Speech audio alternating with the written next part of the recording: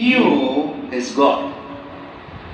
అందుకనే తన దేవుడి గురించిన భార్య చూడలేని, తన స్నేహితులు చూడలేని మరొక కోణాన్ని చూస్తున్నాడు. దేవుడికి నన్ను శ్రమ గుండా తీసుకెళ్లే హక్కు ఉంది అంటున్నాడు యోబు. మరొక చోట అంటాడు, నా విమోచకుడు సజీవుడని నేను ఎరుగుదును అంటాడు. మా ఫ్రెండ్స్, ఈరోజు మీకు నేను చెప్పాలనుకుంటుంది ఏంటంటే, శ్రమలో మిమ్మల్ని నిలబెట్టేది ప్రభుత్వం ఇచ్చే ఆర్థిక సహాయం కాదు. శ్రమలో మిమ్మల్ని నిలబెట్టేది 10 మంది ఫోన్ కాల్స్ కాదు. శ్రమలో మిమ్మల్ని నిలబెట్టేది దేవుడితో మీకున్న సంబంధం. I want to tell you this. That makes you stand against any affliction, any odd thing. అది ఎంత పెద్ద శ్రమ అయినా సరే. నా అటువంటి పాస్టర్కి, అటువంటి దైవ సేవకుడికి, ఎటువంటి దైవ సేవకుడికి? దేవుడి గురించి చాలా బిజీగా ఉండి దేవుణ్ణి కలుసుకోలేని దైవ సేవకుడు కాదు, దేవుడితో గడిపే దైవ సేవకుడికి శ్రమ యొక్క పాజిటివ్ యాంగిల్ తెలుస్తుంది. యాకోబు పత్రిక రాస్తూ అందుకనే మొదటి పేజీలోనే ఈ మాట అంటాడు, శ్రమ ఓర్పును పుట్టిస్తుంది. అందుకని శ్రమ వచ్చినప్పుడు మహదానందం చెందమంటాడు, మహదానందం చెందమంటాడు. ఆ కిందకు వచ్చి అంటాడు, ఓర్పు మిమ్మల్ని సంపూర్ణులుగా చేస్తుందంటాడు.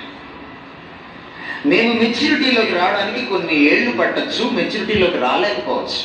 కానీ శ్రమ పడుతున్నారు చూసారు మీరు ప్రభు కోసం, మీరు మా అందరికంటే matured. That's the positive angle of suffering. శ్రమ ఒక క్రైస్తవుణ్ణి, క్రైస్తవ సేవకుణ్ణి పరిణతి చెందేలా చేస్తుంది, ఎదిగేలా చేస్తుంది.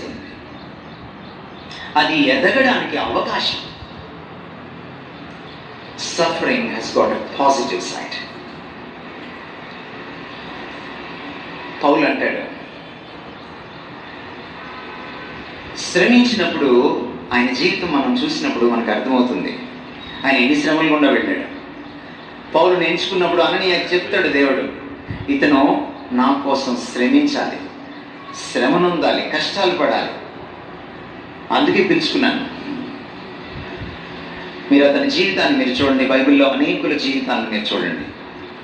You know, suffering is a training, is a discipline of God for a Christian in faith.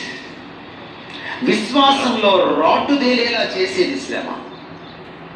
మీరు భోంచేయండి కానీ పని చేయకండి, మీరు భోంచేయండి వీసమెత్తి కూడా కదలకండి, ఇంట్లోనే తిష్ట వేసుకుని కూర్చోండి. మీరు 3 పూటలు కాదు 6 పూటలు భోంచేయండి, వాకింగ్ కూడా చేయకండి. చూడండి మీరేమవుతారు.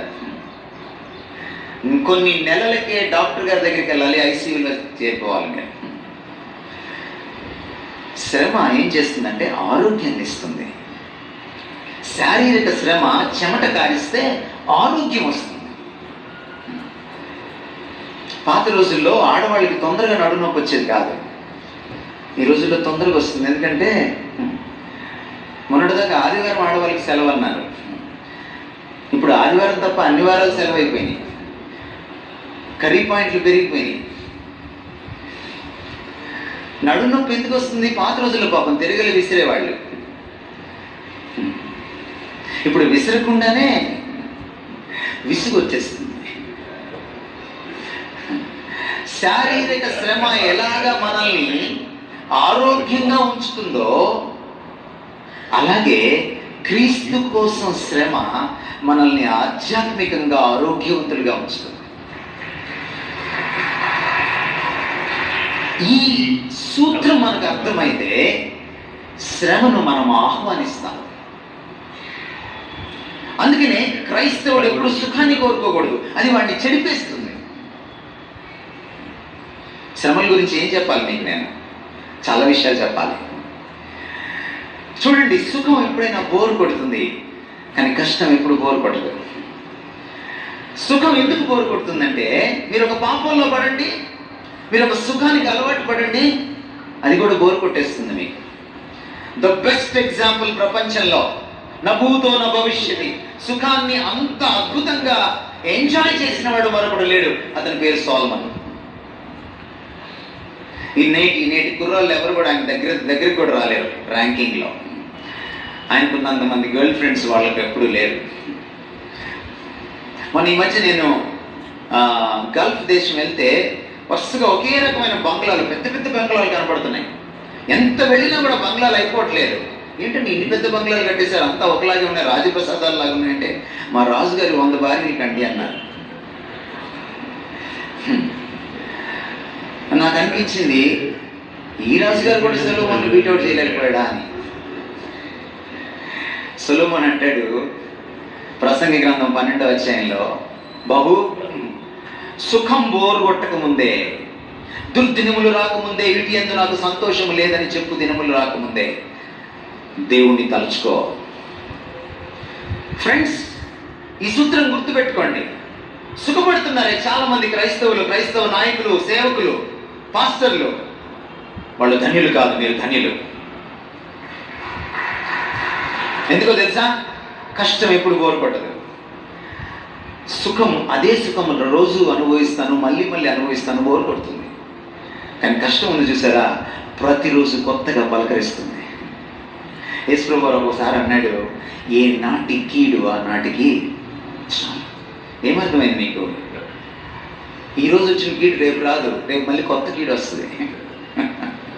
అందుకే కష్టం బోరు కొట్టదు. Suffering has a positive side. అందుకనే యేసుప్రభు అన్నాడు, నా నిమిత్తము మీరు హింసింపబడితే మీరు ధన్యులు. 52 రోజుల్లో గుడి కడితే కాదు ధన్యులు. మీరు పేదవాళ్ళు అయి ఉండొచ్చు, మీ దగ్గర కాంగ్రిగేషన్ 30 మందే ఉండుండొచ్చు. వాళ్ళని బీజేపీ వాళ్ళు తాకరు, మిమ్మల్ని తాకుతారు, ఎందుకంటే మీరు బలహీనులు కాబట్టి. కానీ బైబిల్ చెప్తుంది, ప్రభు చెప్పాడు, మీరు ధన్యులు, వాళ్ళు కాదు ధన్యులు. 25 years ఉన్న తేజ కాలేజ్ అయిపోగానే చిన్న వాటర్ ఎక్స్పోర్ట్ బిజినెస్ చేస్తూ ఇప్పుడు ఇయర్లీ 25 lakhs ఎర్న్ చేస్తున్నారు. అలానే 25 years ఉన్న రాధిక ఇంటి నుండి మీరు ధన్యులు, వాళ్ళు కాదు ధన్యులు.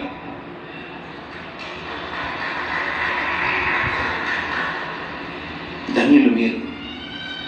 నా నిమిత్తము BMW తిరిగేవాడు ధన్యుడు కాదు. నా నిమిత్తము వెనక బ్యాంక్